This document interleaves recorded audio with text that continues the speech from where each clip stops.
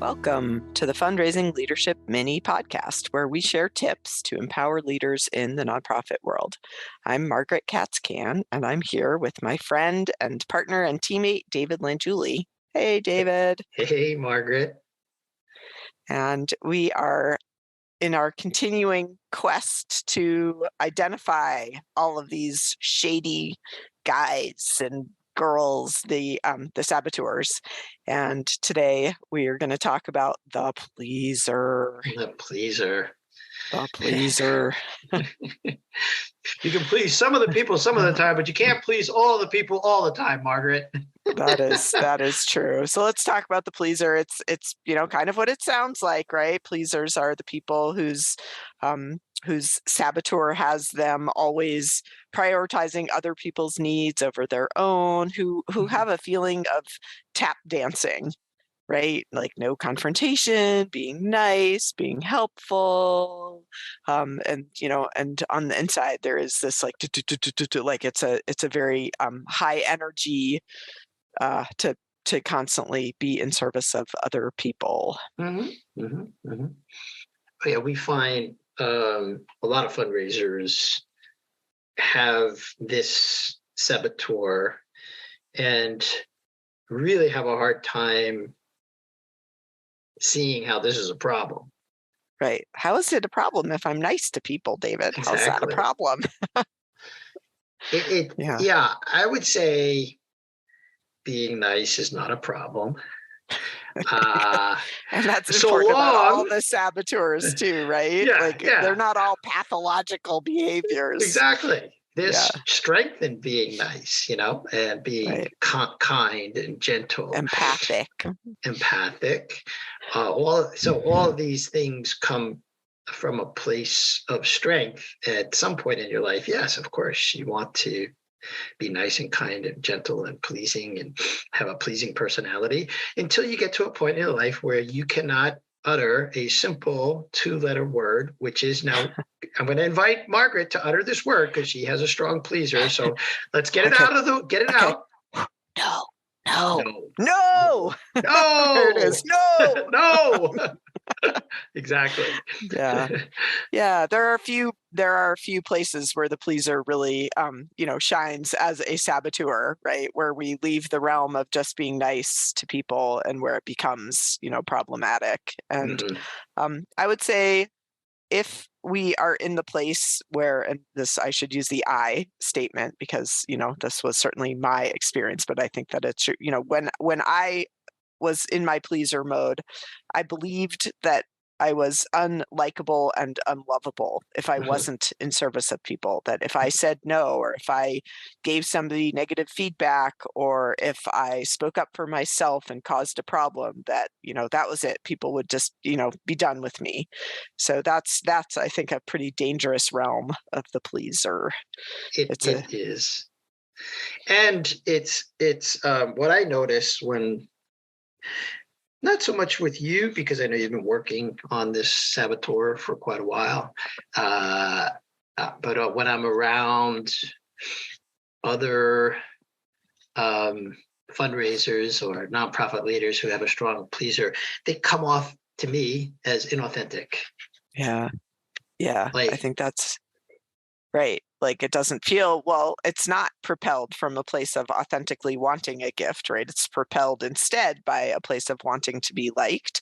And the other place where you can smell something that's off, I think, is there's a lot of what I would call give to get energy. I do think one of the again, the trouble areas of people who give is that they actually also often expect for other people to treat them back those same ways. So they're not giving just because giving is a gift. I'm not cooking you dinner because I feel like cooking you dinner. Like in my mind, you're going to owe me dinner tomorrow night. I think there's that give to get energy that's tricky. Yeah, that's interesting. Yeah. This for that, as opposed to just giving. Right. Or, if I'm really nice to you, then you're going to be really nice to me. Conditional. It's conditional. It is. It's very conditional. Yeah. Right. So the other thing I notice in just for everyone in the audience, we're talking about these accomplice saboteurs from our positive intelligence program, and the pleaser is one of them. And we all have these sort of behaviors or thought patterns, habits of mind to some degree or another. I don't score high on pleaser, but I have it in me, just like every one of these other um, sort of behaviors. And what I notice is when I say yes to stuff that I really want to say no to because I'm trying to please someone, or especially with my teammates at fundraising leadership, I'll say yes to stuff because I really do like them and I really do want to be helpful. I resent the shit out of it afterwards. I get resentful. I'm like, why did I say yes to that? I don't want to do this. Yeah.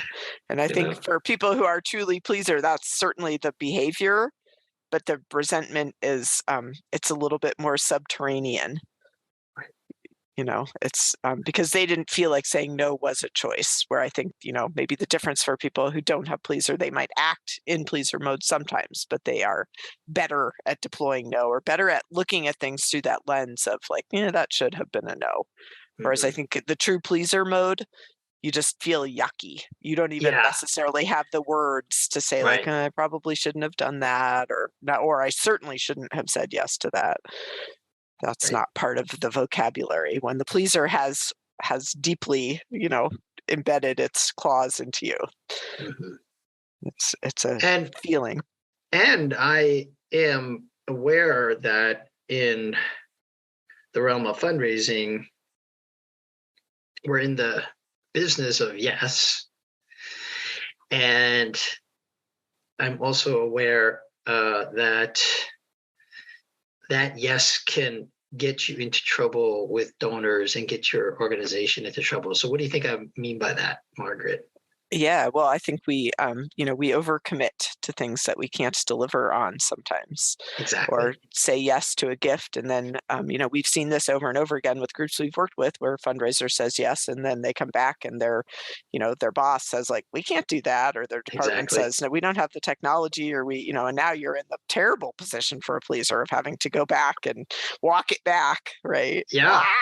Or you say yes to a gift and you actually accept the gift, but you have not thought through the impact of that gift on the organization, like the negative impact. Like it might cost you more money to implement what you just accepted a gift for than the value of the gift. Right. And then everybody is disappointed, right? Including your donors. Yeah. Right. Yeah. I think that's one of the lies of the pleaser saboteur. It's very short-sighted, and that it's better to say yes in this moment.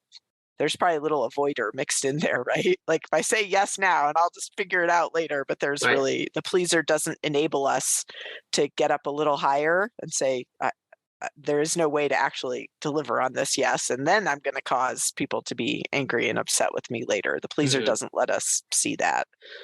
Well, I like what you're saying. I do think that, and we've talked about this on other many podcasts, that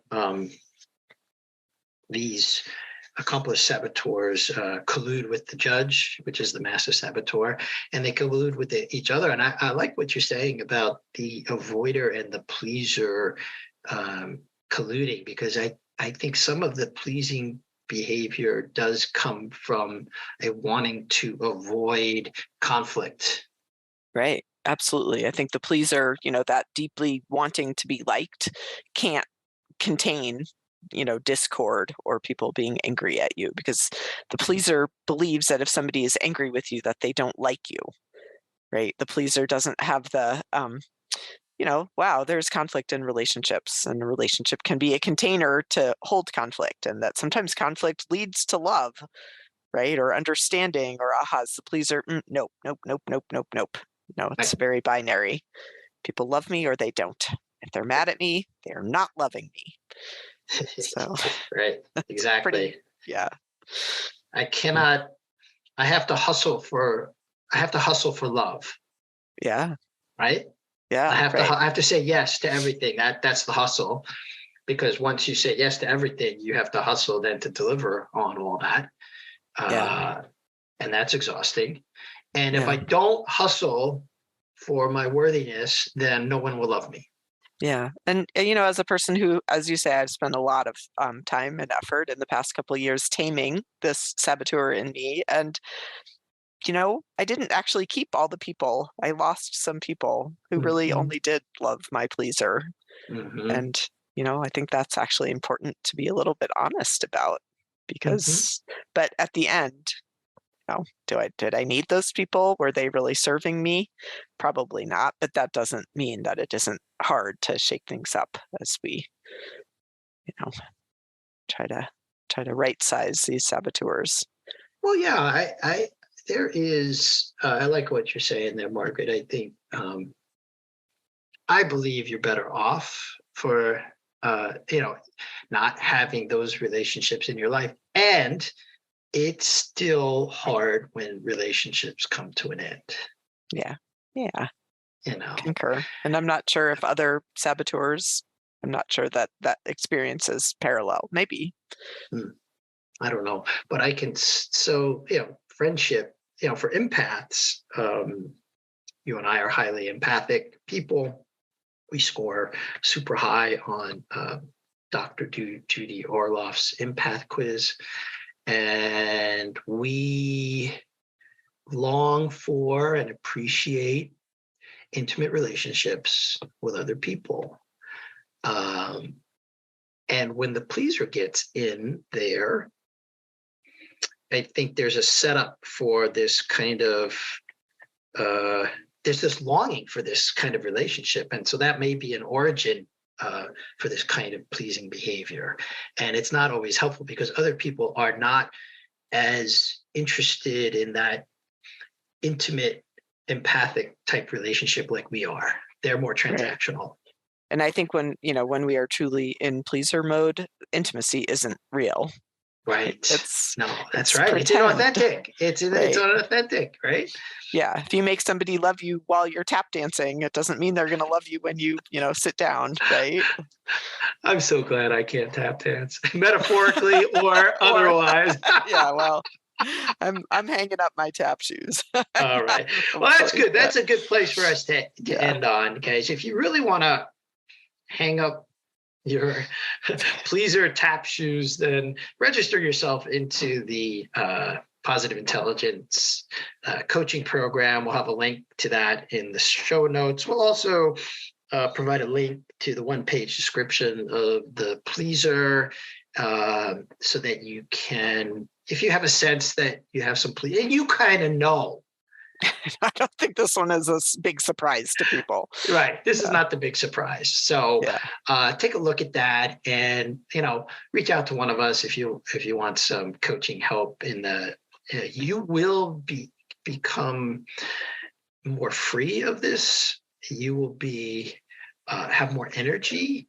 You will still have friends. We promise you will still have Yes. friends, and those friends will be, and those friendships, like those relationships, will be more meaningful to you. Yeah. When the pleaser goes away, something far more compelling emerges. Mm-hmm. I think that's true. Yeah. Thanks, David. Thanks, Margaret. This mini podcast is brought to you by Fundraising Leadership. We provide unique coaching and training programs that powerfully transform how you work in order to get results. Please subscribe if you haven't already. You can find us wherever you listen to podcasts. And if you're enjoying this show, you can help us continue to bring thoughtful content with a one-time contribution. This supports our production costs and keeps the show ad-free. If you make a contribution today using the link in the show notes, you will receive one or more of our highly acclaimed online courses, which are super cool. Now, go put it into practice.